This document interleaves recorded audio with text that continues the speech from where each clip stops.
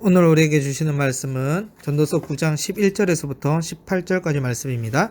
내가 다시 해 아래에서 보니 빠른 경주자들이라고 선착하는 것이 아니며 용사들이라고 전쟁에 승리하는 것이 아니며 지혜자들이라고 음식물을 얻는 것도 아니며 명철자들이라고 재물을 얻는 것도 아니고 지식인들이라고 은총을 입는 것이 아니니 이는 시기와 기회는 그들 모두에게 임함이니라. 분명히 사람은 자기의 시기도 알지 못하나니 물고기들의 재난의 그물에 걸리고 새들이 올무에 걸림같이 인생들도 재앙의 날이 그들에게 호련히 임하면 거기에 걸리느니라. 내가 또 해 아래에서 지혜를 보고 내가 크게 여긴 것은 이러하니 곧 작고 인구가 많지 아니한 어떤 성읍에 큰 왕이 와서 그것을 애워싸고 큰 흉복을 싸고 치고자 할 때에 그 성읍 가운데에 가난한 지혜자가 있어서 그의 지혜로 그 성읍을 건진 그것이라. 그러나 그 가난한 자를 기억하는 사람이 없었도다. 그러므로 내가 이르기를 지혜가 힘보다 나으나 가난한 자들의 지혜가 멸시를 받고 그의 말들을 사람들이 듣지 아니한다 하였노라. 조용히 들리는 지혜자들의 말들이 우매한 자들을 다스리는 자의 호령보다 나으니라. 지혜가 무기보다 나으니라. 그러나 죄인 한 사람이 많은 선을 무너지게 하느니라. 아멘. 여러분, 이 세상에 일어나는 모든 일이 우리가 예측 가능한 일들만 생기고 좋은 일들만 가득하면 얼마나 좋겠습니까? 그러나 우리 모두는 이 세상이 내가 원하는 뜻대로 이루어지지 않는다는 사실을 너무나 잘 알고 있고 이 세상은 변수가 너무 많이 있다는 것도 너무나 잘 알고 있습니다. 그래서 전도자는 11절에 이 세상의 일반적인 법칙을 벗어나는 일들이 있음을 11절에 지적하고 있는데요. 전도자는 5가지 사례를 들어 세상에서 발견되는 불확실성을 설명하는데요. 세상에서는 빠른 경주자가 먼저 도착하는 것도, 강한 군사가 승리하는 것도, 지혜자가 양식을 얻는 것도, 명철자가 재물을 얻는 것, 지식인이 은총을 얻는 것은 모든 사람들이 수긍하는 보편적인 상식일 것입니다. 그런데 현실이 반드시 그렇지 않다고 전도자는 말씀하는데요. 때에 따라서는 반대의 현상들이 얼마든지 일어날 수 있습니다. 전도자는 이러한 상식과 충돌되는 변수들이 발생하는 이유를 11절 하반절에 시기와 기회가 그들 모두에게 임한다는 사실에서 찾습니다. 여러분, 여기에서 시기는 카이로스고 기회는 우연 혹은 운명으로 번역할 수 있습니다. 즉 카이로스의 시간은 사건이 발생하는 특정한 시점을 의미합니다. 우연이나 운명은 어떠한 일에 대하여 그 원인을 알아낼 수 없을 때 사람들이 사용하는 말입니다. 이처럼 사람들은 하나님 편에서는 작정한 일이지만 인간의 눈에는 그 원인이 관찰되지 않은 일을 우연이나 운명으로 돌립니다. 즉 모든 인간에게 원인을 알지 못하는 어떠한 일들이 일어나는 특정한 카이로스 시간이 임하기 때문에 이례적인 현상이 생긴다고 할 수 있습니다. 그래서 모든 사람들은 이러한 기이한 현상들이 일어나는 원인을 찾습니다. 그런데 12절에 보면 그 원인을 사람들은 알지 못한다고 말씀합니다. 사람들이 자기의 시기를 알지 못할 뿐 아니라 알지 못하기 때문에 재앙까지 당한다고 말씀하고 있습니다. 여러분, 만약에 사람들이 자기의 시기나 변수들을 알았다면 변경했을 것이고 변경하지 못했다면 피했을 것입니다. 모르기 때문에 당하는 것이죠. 물고기가 포획의 그물에 잡히고 새가 사냥의 올무에 걸리는 것도 모르기 때문에 당하는 것입니다. 여러분, 우리의 인생도 마찬가지인데요. 모든 인생은 호련히 닥치는 재앙의 시기를 알지 못합니다. 재앙의 근원도 알지 못하지요. 재앙이 닥쳐서 심각한 손해가 발생해도 그것을 막아낼 능력이 없습니다. 그냥 당하는 수밖에 없습니다. 그러나 하나님의 사람들은 두려움이 없습니다. 신자들은 하나님을 경외하는 자들입니다.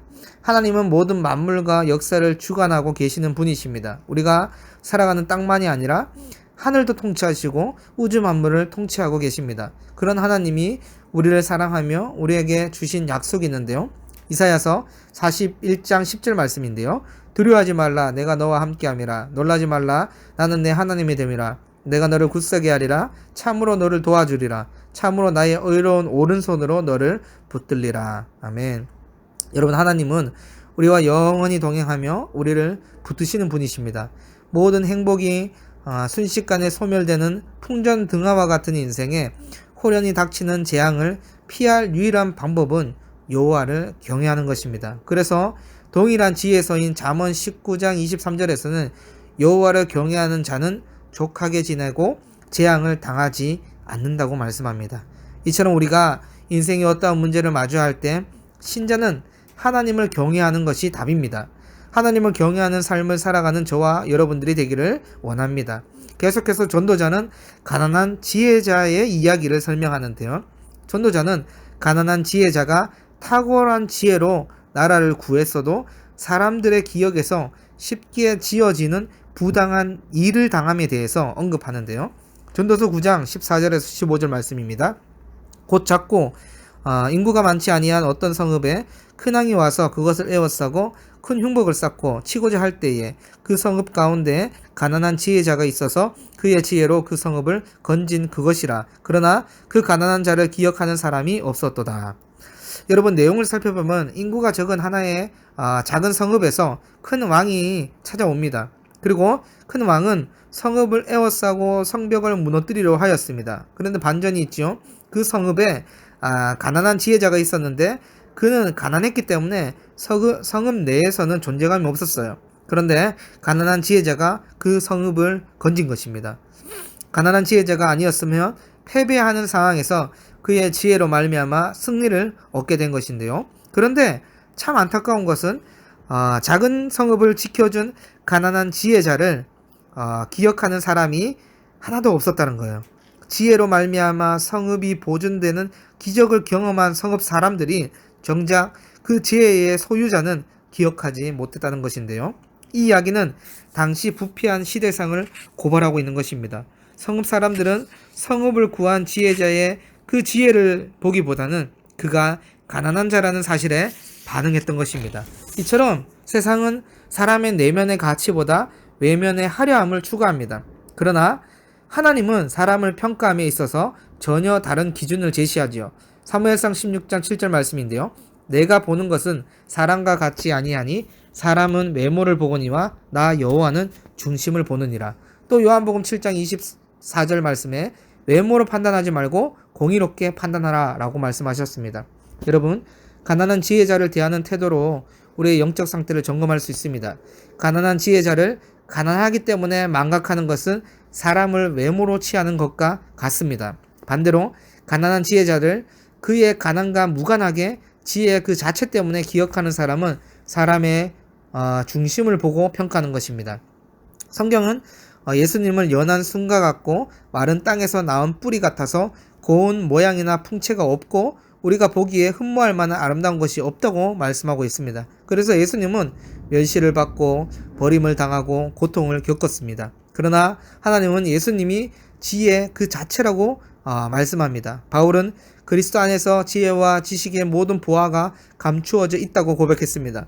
예수님 안에 감추어진 지식과 지혜를 보는 것이 아니라 외모를 보는 자들은 가난한 지혜자를 기억하지 못하고 성읍의 어리석은 사람과 같습니다. 예수님은 궁전이 아니라 마구간에 나셨고 왕족이 아니라 서민의 모습으로 오셨고 귀족과 석학들과 고위직 사람들과 사귀지 않으시고 죄인들과 창기들과 세리들을 만나 주셨습니다. 그래서 예수님 안에 감추어진 지혜를 모르는 자들은 예수님을 멸시하고 조롱하고 핍박하였습니다. 그러나 믿음의 눈으로 바라보는 자는 예수님만이 감추어진 하나님의 지혜임을 발견하게 되는 것입니다. 그래서 전도자는 17절과 18절에 뭐라고 말씀하고 있습니까? 조용히 들리는 지혜자들의 말들이 우매한 자들을 다스리는 자의 호령보다 나으니라. 지혜가 무기보다 나으니라. 그러나 죄인한 사람이 많은 선을 무너지게 하느니라. 아멘. 여기에 세 가지 비교가 나오는데요. 지혜자와 우매한 자들의 우두머리, 조용한 말과 요란한 호령, 지혜와 무기를 대조하고 있습니다. 우매한 자들의 내지르는 개성보다 지혜자의 조용한 말이 낫습니다. 엄청난 무기라 할지라도 지혜가 무기를 이깁니다. 바울은 그리스도는 하나님의 능력이요 하나님의 지혜라고 말씀했고, 하나님의 어리석음이 사람보다 지혜롭고 하나님의 약하심이 사람보다 강하다라고 말씀했습니다. 십자가에서 가장 낮고 가난해지셨던 예수님께서 우리의 진정한 지혜이고 능력이 됩니다. 그러므로 오늘도 하나님의 지혜이신 예수님을 바라봄으로 하나님을 경외하는 삶을 살아가는 우리 모든 비전교회 성도분들이 되기를 간절히 소망합니다. 하나님 아버지 감사합니다. 하나님의 모든 지혜 그 자체이신 예수님을 우리가 바라보게 도와주셔서 예수님이 이 땅에서 어떻게 나셨고 어떠한 삶을 살아갔는지를 돌아보게 도와주셔서 그분의 말씀, 작은 세밀한 음성에 우리가 집중하게 도와주셔서 요란한 것들에 마음을 뺏기지 아니하고 어떠한 무기 같은 것들이, 엄청난 무기 같은 것들이 우리 마음을 누르고 유혹할 때에 그것이 아니라 오직 그리스도 하나님의 능력이, 하나님의 지혜의 힘을 발견할 수 있는 우리 모두가 될 수 있도록 인도하여 주시옵소서. 감사드리며 우리 주 예수 그리스도 그 귀하신 이름으로 기도드립니다. 아멘.